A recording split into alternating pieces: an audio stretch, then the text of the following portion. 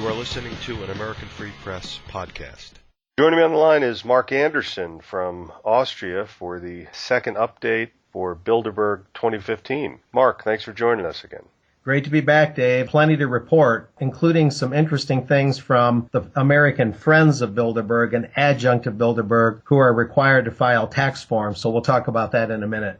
Yeah, so we spoke yesterday at about 2:30 Central Time. It was a horrible day weather-wise. Did you get a chance to head out that evening, or did you get the bulk of what you're going to do done today? It was this morning, after a couple really strong cups of coffee, I found a cabbie like a godsend who took me all around the security perimeter. We drove probably 30 kilometers. He didn't even charge me for most of it. He's a young man, very interested in what's going on. We checked both entrances to the Intra-Alpen Hotel where Bilderberg is huddling beginning tomorrow. But as I mentioned, they usually close the hotel down and kick everyone out on a Wednesday. They did it early yesterday before I even got here. This is the first time, regrettably, that I haven't been able to get in the hotel prior to Bilderberg getting in there. Some of that was some train delays and mix-ups, but all that being said, the security and visibility of where they're meeting is the most secluded that it's ever been in my experience covering Bilderberg since 2010. So getting any good photos or visual confirmations of people to compare to the official list of attendees is going to be much more difficult than in the past 5 or 6 years at a bare minimum. This is a very secluded place. You can't even see it from the regular ground level at all, let alone the fact that they closed off both entrances. And one of the entrances, they closed it off some 5-6 miles from the hotel, I'm told, and the other was 2 or 3 miles. So this is a really tough one in that regard. We did see where they had both military and police. The military had a rotating radar device. I was told that there's a no-fly zone, as is the case with the G7, which just met in southern Germany. There literally is a no-fly zone for part or all of the Bilderberg meeting in a certain degree of airspace. Today, the weather was much better. I talked to some hotel people and townsfolk here in town, and a lot of people are aware of the meeting. They're a little puzzled what it's about. I've handed out a lot of copies of AFP front pages that give them information. Some of those I've posted in Windows have been taken down. Others have not been taken down. The Swiss activists are getting here, some of them a little bit later than they would have liked. They'll be here in about an hour. I did understand that some We Are Change people went in the hotel a couple of days before they closed it down, but I don't have any firsthand information on that. But that's where we're at in terms of feet on the street. There's more in-depth matters, of course, that we can talk about. Tell the listeners about the actual drive, the almost 20-mile drive that you took. What were some significant things that you noticed? Well, one was the rotating military radar in a fenced-off area, a makeshift fence that was put there temporarily that was painted the battle fatigue green and spinning around in operation with a well-armed but friendly soldier standing there with his fully automatic weapon. I talked to some police. I always give police copies of AFP articles. It's a tradition because most of them are working class people that really don't care for this except they get paid overtime. And so they just sit on their duffs and get paid overtime. And I explained a little bit about Bilderberg, gave these articles to the police on the backside of the Hotel Inter-Alpen where Bilderberg is meeting. And they confirmed that Austrian taxpayers pay them overtime to do this. Bilderberg, of course, pays for its own private segment of their overall security, but then taxpayers pick up at least part of the bill to pay their police overtime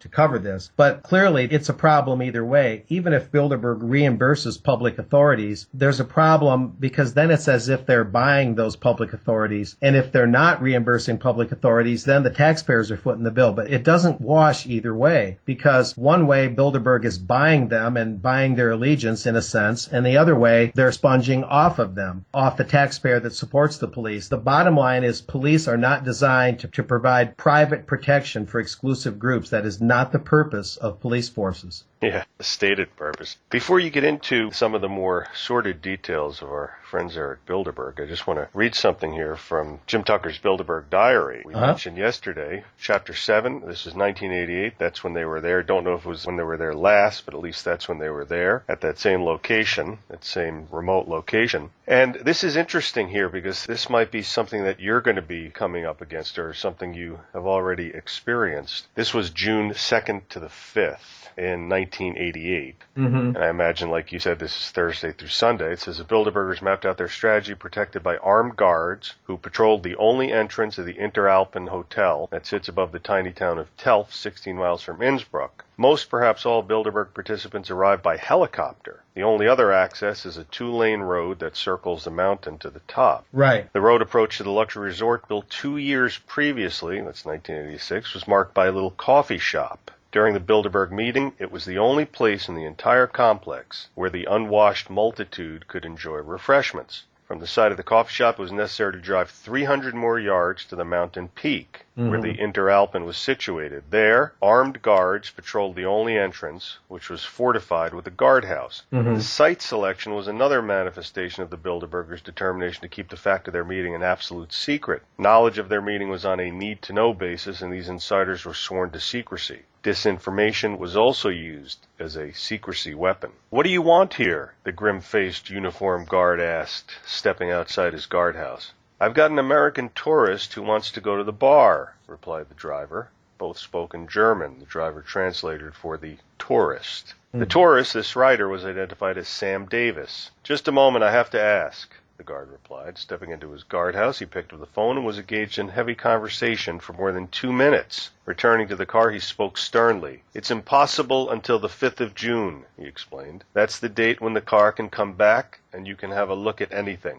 The driver asked for the sheriff, chief of security. "I haven't seen him yet," the guard responded, "but very important people are here, and it's really impossible to go." Nothing's changed since 1988. What has changed is they've moved the entrance guardhouses to where you can't get to that coffee shop. Keep in mind that this is the 2001 post 9/11 days. The idea of security has become more hyperactive. So you can't get to that coffee shop. I can't even tell where it exists. So Sunday after they leave, I will follow said route. And it must be that back entrance, I suspect, where I did talk to police today and gave them those articles. And they saw me taking pictures, and they did indeed come out and ask me what I was doing. That's when I gave them the articles and killed them with kindness, which is the best way to treat them 9 times out of 10 in this case. Their tightness of security has only increased even as they try and be more quasi-transparent, they claim, through their website, which of course was created well after 1988, probably created 3 to 5 years ago. You know, things have changed a bit, but the more they change, the more they stay the same. Yes, helicopter is often used to frustrate people with cameras looking for those ubiquitous black sedans that they typically come in on. It would have been tough yesterday with heavy fog over the Alps and some misting and whatnot and bad visibility. I, of course, having some reporting duties, haven't been able to camp out there yet, but beginning later today, there's going to be more observation. There's an activist campsite set up, I'm told. So later today begins more of a sustained observation of what's going in, what's going out to the very best that we can. But compared to the last couple of years, and this is your 6th Bilderberg.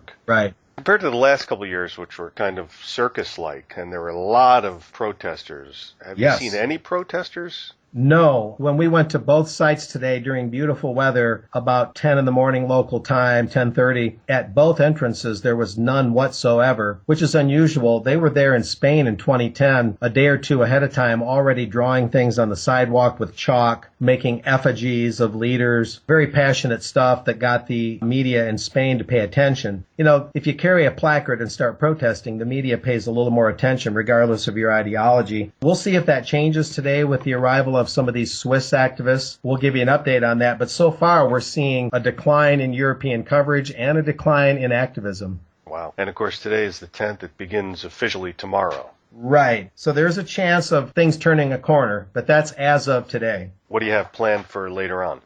Precisely that, to try and assess where we're at once the Swiss guys get here, where we're at in terms of people observing, cameras at the ready, looking for anything we can do to identify if any U.S. presidential candidates are coming, since USA elections is one of their admitted topics this year, and anything that would shed light on whether their attendees list is accurate or incomplete, or whatever the case.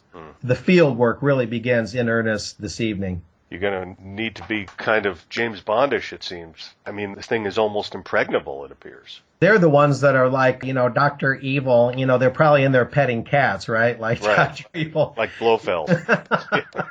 Ernst Stavro Blofeld. They're almost beyond parody, you know. It's like, you know, we have a plan. Well, is it evil? Well, yes, it is. Well, okay, then we'll do it. I mean, I hate to belittle it, but I'm not. But you got to have a little fun with them because they just set themselves up for it. Moving on, I do have some rather notable things to build on our discussion yesterday regarding the American Friends of Bilderberg. Great. Let's hear it. Well, not that this stuff is digging 100 feet underground and coming up with Bluebeard's diary. It's interesting to note that the American Friends of Bilderberg is this adjunct, kind of like an American Legion has the Friends of the American Legion in your local community. Right. Well, Bilderberg, being these homey, folksy guys, has a Friends of Bilderberg, an American Friends of Bilderberg. I've got some of their required 990 PF tax forms, which are required for tax-exempt charitable trusts, tax-exempt private foundations like that under the IRS code. I've got 2008 here. I've got 2013 in front of me. And what's interesting is a little bit of name dropping here. For example, James A. Johnson, who has been listed by Tucker and me as being with Perseus LLC. Well, Perseus LLC undergirds the American Friends of Bilderberg Incorporated legally. They have an employer identification number here, like any business would, or foundation or what have you. And James Johnson is not only a common Bilderberg attendee, but he's on their select steering committee that is, probably 30 names or so, and they're the ones that get together to brainstorm what they're going to talk about and where and when they're going to meet. And so the names I was talking about yesterday that are on the Bilderberg Baird article posted on the AFP website right now, we talked about significant American attendees like Richard Pearl, James Wolfenson, and the Carnegie Endowment's Jessica Tuchman Matthews. Well, it just so happens that on the 990 tax form, the most recent one I have is 2013, we see Jessica T. Matthews, James A. Johnson, and Richard Pearl, the neocon Zionist warhawk that's at Bilderberg all the time, and our friend Klaus Kleinfeld, who's with Alcoa.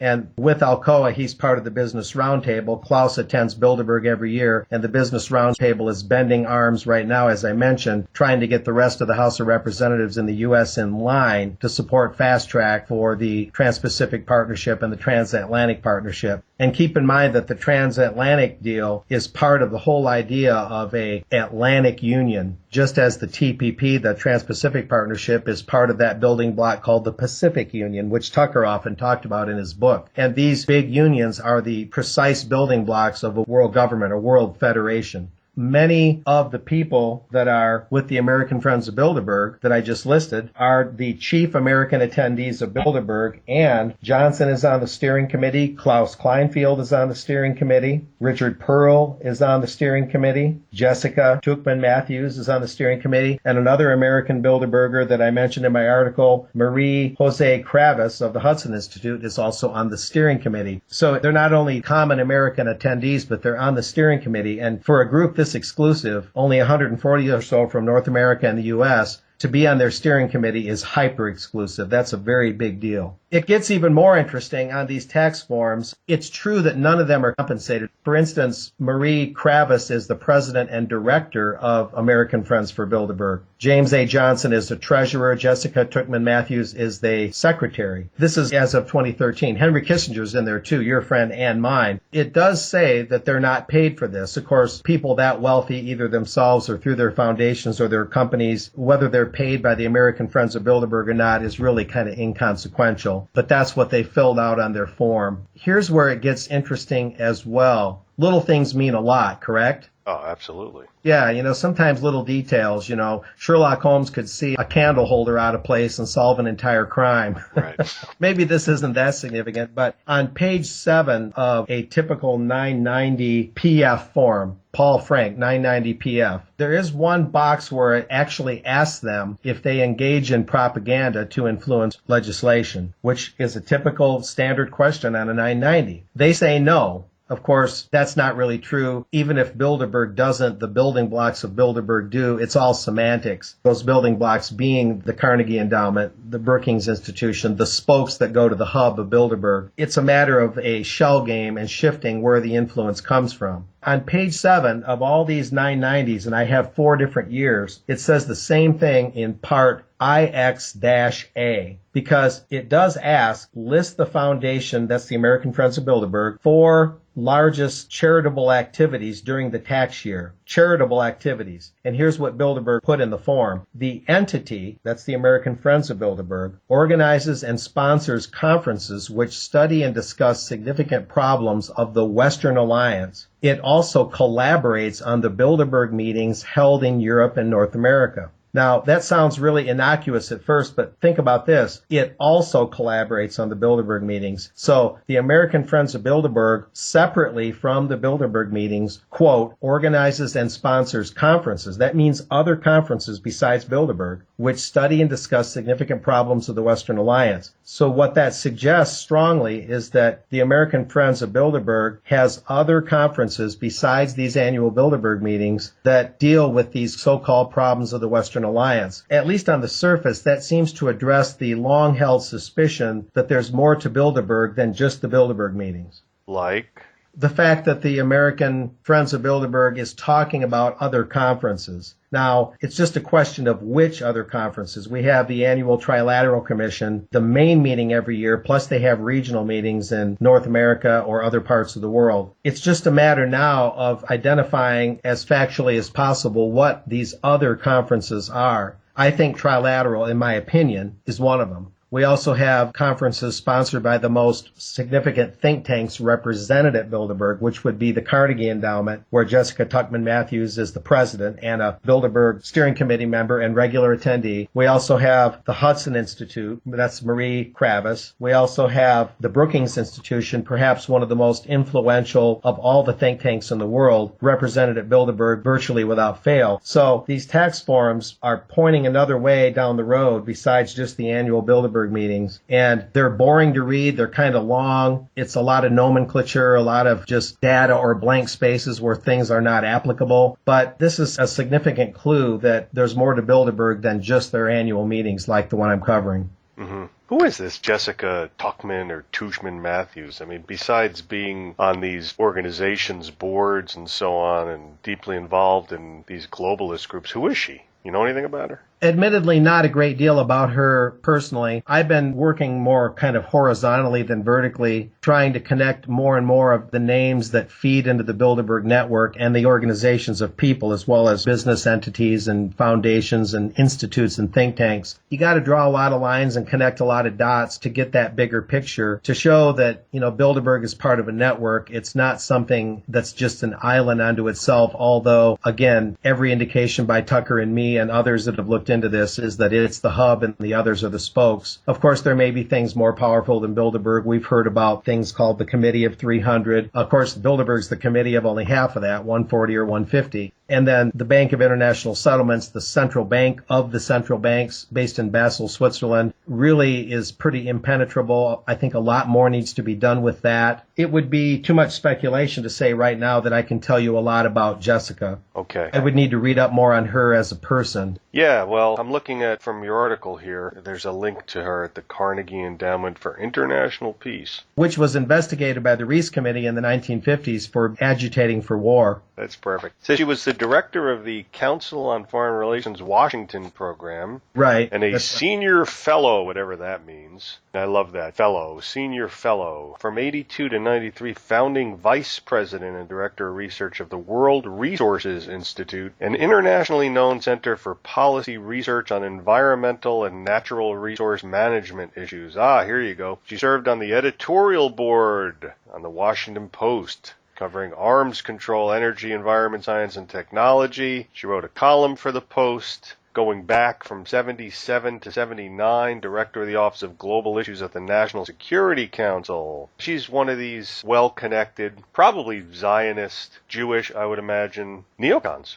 There's a lot of neoconservatism there, you know, with their topics this year, including Russia and Iran. Those are separate topics among the 16 topics they're discussing this year, according to their press release. And that's the longest number of items I've seen. Going back 2, 3, 4 years, they had no more than 11 or 12, something like that. When she talked to Charlie Rose recently on that Bilderberg member, the PBS TV host, Charlie Rose, even he's a Bilderberger. She talked to him and referred to Vladimir Putin as a bully recently. And, of course, a rather jaundiced view of Iran. It all fits in the neocon mold that Israel can do no wrong and that at any moment Israel is quaking in its boots because of its archenemy Iran, ready to bomb it off the face of the earth. When Israel holds all the cards in terms of nuclear weapons, just like the U.S. does, the hypocrisy is just unfathomable. Yeah, Jessica's pedigree, like a lot of these people at Bilderberg, is full of accolades and, certificates and the undersecretary of this and the former this and that. But that part about the Washington Post is very common with Bilderbergers and trilateralists and others that are in this little constellation of groups. Often they're on or used to be on editorial boards. So we see that interchange with the media and therefore why the media is relatively silent, especially in the States, about Bilderberg. Yeah, just one last thing on her, besides having some relatively famous parents, and she is fully Jewish. Her maternal grandfather was banker Maurice Wertheim.